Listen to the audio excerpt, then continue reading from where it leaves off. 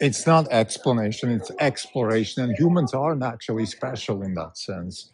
This is a reaction to Bret Hall's series of conversations about the fabric of reality and David Deutsch's theories. And I want to chime in here. Shout out to Bret Hall, shout out to David Deutsch and Karl Popper and this whole crowd of philosophers who, in my opinion, are really adding a lot of value to to the question of what knowledge is about, and most importantly, also what the purpose of knowledge is about. Because here at Orange Capital Partners, we see ourselves in the knowledge business. Uh, I mean, that's a fact, but we're running a fund. We have to dissect information, make theories out of what we see. We need to deploy capital, and we are tested against our performance.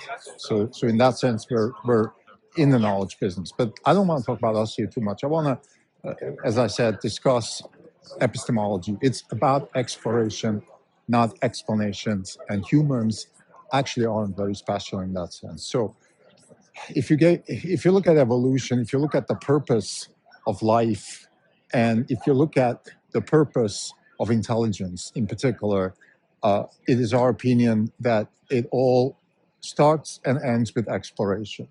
So the idea of finding a reason, a reasonable, excuse me, a rational explanation for what's going on, the idea of explaining what's going on in the world, the idea of collecting data, of predicting things, these are all valid ideas. They all actually are true. But the purpose of all of this, the actual guiding light, the principle behind everything is exploration. And that is something that I would argue anything, at least any kind of living organism, has in common with us. And you could even go further and almost argue that any kind of natural experiment has exploration at its core. And maybe in physics, one line of argumentation could be that what you're trying to find is the lowest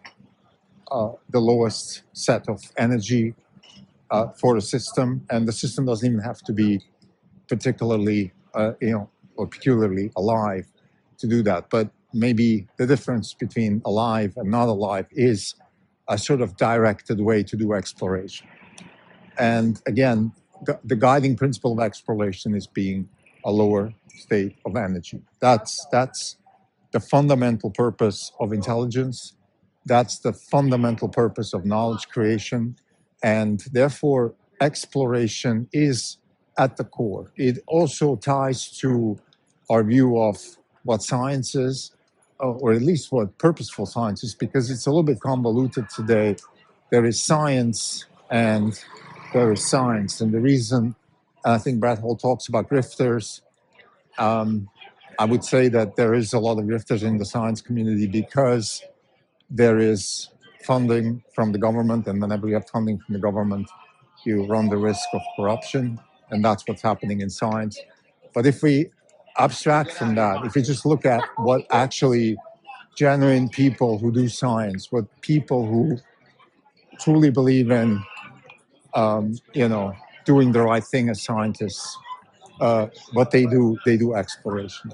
So theories, explanations, experiments, they're all subordinate to the general purpose of science. And the general purpose of science is exploration. Now, why we do exploration, that is, I think, best explained with Darwinian approaches. It gives us maybe a fitter, more competitive situation. It helps us getting a lower energy state. In physics, that means, obviously something else than maybe what people think in sort of vernacular. But fundamentally, what we're trying to achieve is always, we try to achieve less with more. We want lower costs, higher comfort. We want more safety. So those are the kinds of underlying principles that we're always trying to pursue. And And we actually use these principles even in our investment strategy. When you're trying to predict the future, when you're trying to look at what a company could potentially achieve, what products and services are good, what are bad, things like that. It's very difficult to predict the future for several reasons, and fundamentally, and this is actually very David Deutschian.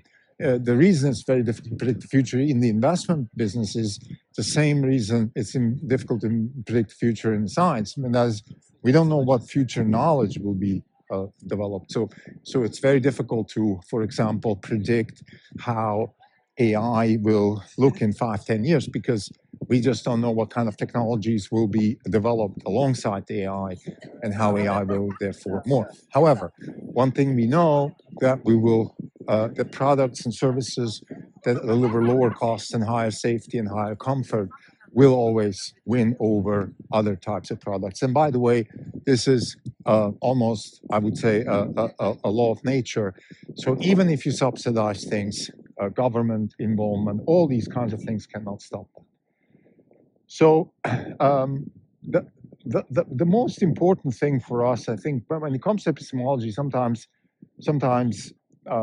maybe listeners might be a little bit confused about why we do things. Like, why are you talking about these things in a hedge fund podcast? Well, the purpose of this podcast series is to give people a sense for what it feels like to run a hedge fund. So we're incredibly interested in knowledge creation.